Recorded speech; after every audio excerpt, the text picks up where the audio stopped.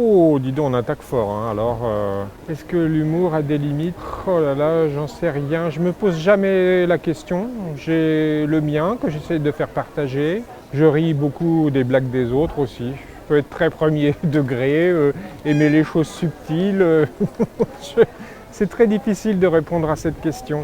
J'écris beaucoup pour la jeunesse, donc je pense que ça décrit un champ de comédie et de rire, celui que j'ai apprécié aussi quand j'étais enfant. Je m'installe dans cette zone, voilà, j'essaie d'en profiter et de partager avec les lecteurs. Je me pose pas trop la question de la limite, parce que je connais mon public, alors... Mais je suis très bon public de nature.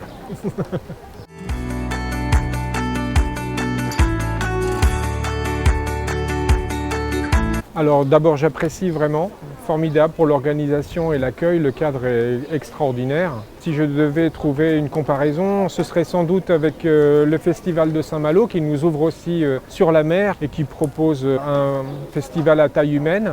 Ici on rencontre un lectorat très agréable et détendu qui arrive avec son petit panier, sa botte de poireaux et une bande dessinée. Et c'est vraiment hyper sympa, on a le temps de se parler. Je le recommanderais à tout le monde, ce petit festival.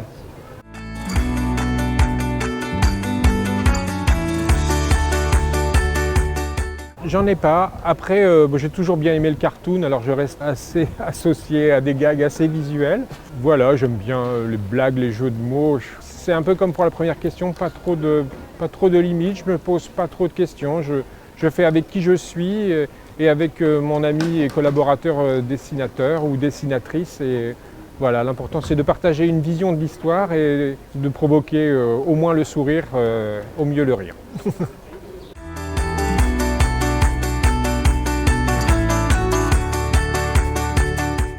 Alors les deux, ça dépend évidemment des sujets qui sont abordés. Je lis beaucoup, je me documente beaucoup lorsque c'est nécessaire. Se documenter sur le roi singe, c'est un peu difficile, encore que ce soit un très vieil ouvrage et donc déjà raconté par d'autres. Je regarde ce qu'ont fait les autres, à la fois pour m'en inspirer ou pour m'en détacher. Je suis quelqu'un de très organisé. Je me vois avant tout comme une sorte d'artisan essayant de bien faire son métier et quelquefois j'arrive à trouver une dimension véritablement artistique. Le scénariste doit évidemment s'attacher à produire une bonne histoire, mais il produit avant tout à travers le scénario un outil qui est aussi au service du dessin. Je suis un maillon de la chaîne de la création de l'histoire et du livre et je ne suis rien sans le dessinateur. Voilà, donc je vois ça vraiment comme une collaboration et un plaisir de la collaboration. C'est souvent des très bonnes rencontres avec les dessinateurs ou les dessinatrices.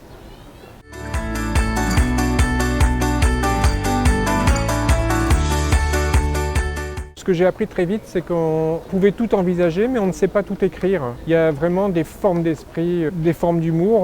On aura beau le bosser, le regarder, le copier, on n'arrivera pas, parce que c'est une tournure d'esprit parfois très personnelle. Revoilà nos amis. Je pense par exemple à quelqu'un comme Anouk Ricard, qui a vraiment une forme d'humour qui lui est très propre. On a eu le plaisir de travailler et d'écrire ensemble. Pour le dessin animé, mais pas pour la bande dessinée, c'est inimitable. Elle a sa manière de voir les choses et j'adore son humour et je ne pourrais jamais produire ce genre d'humour. J'ai le mien, voilà.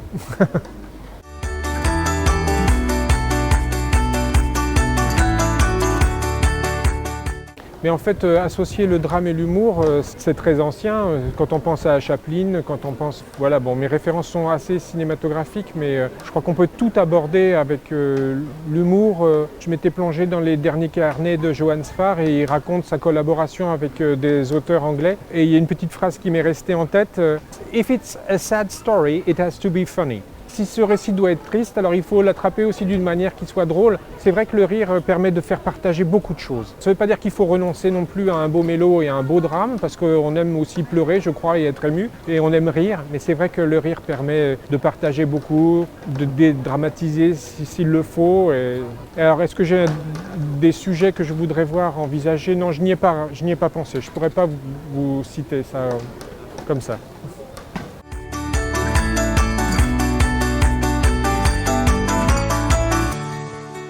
Je pense qu'il y a de la place pour tout le monde, il y a des tas de formes de rire. Je ne veux pas porter de jugement parce que, encore une fois, je suis bon public, j'aime rire de beaucoup de choses, parfois des choses peut-être très primaires. On pourrait me regarder d'où en disant « Ah bon, ça te fait marrer ça ?» Oui, ça peut me faire rire en effet. Et je pense que voilà, il faut continuer d'explorer. La bande dessinée s'est ouverte à des tas de champs et on peut rire d'un gag stupide, basique, mais il y a aussi dans le film de Jean-Jacques Hano, La guerre du feu, les premiers hommes apprennent le rire d'une autre société un peu plus évoluée, mais le premier gag qu'ils font, c'est de faire tomber un gros caillou sur la tête d'un de leurs copains, qui s'ouvre le crâne, ça le fait saigner et tout le monde fait ho ho ho ho. Et puis on a aussi Ridicule de Patrice Lecomte avec cet esprit soi-disant à la française où on va chercher la blague un peu ironique. Alors voilà, l'humour a un champ gigantesque, on doit l'explorer, on doit le faire si possible avec du talent en fait, voilà. Le talent fait passer beaucoup de choses, ça dépend voilà, qui le manie, bien évidemment.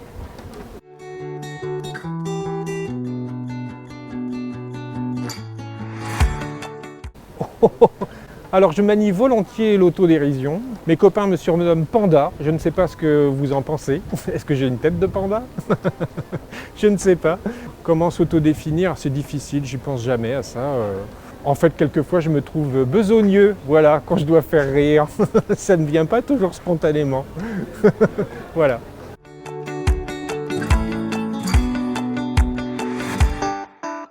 Je vais rebondir encore une fois, mais j'ai eu le plaisir de travailler avec Anouk Ricard et ça a été une joie de bosser avec elle, de l'observer, voir comment elle savait retourner une situation ou la décaler. Ça me fascinait. Je l'enviais un peu, évidemment, son talent formidable. Voilà, je pense spontanément à elle parce que je sors d'une collaboration avec elle sur Anna et Froga. Voilà, c'était beaucoup de joie et une amitié.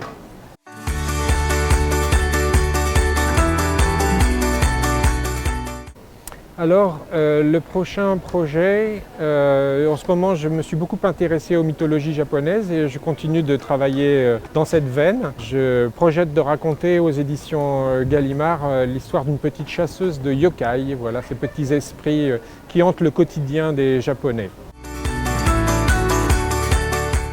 Merci à vous.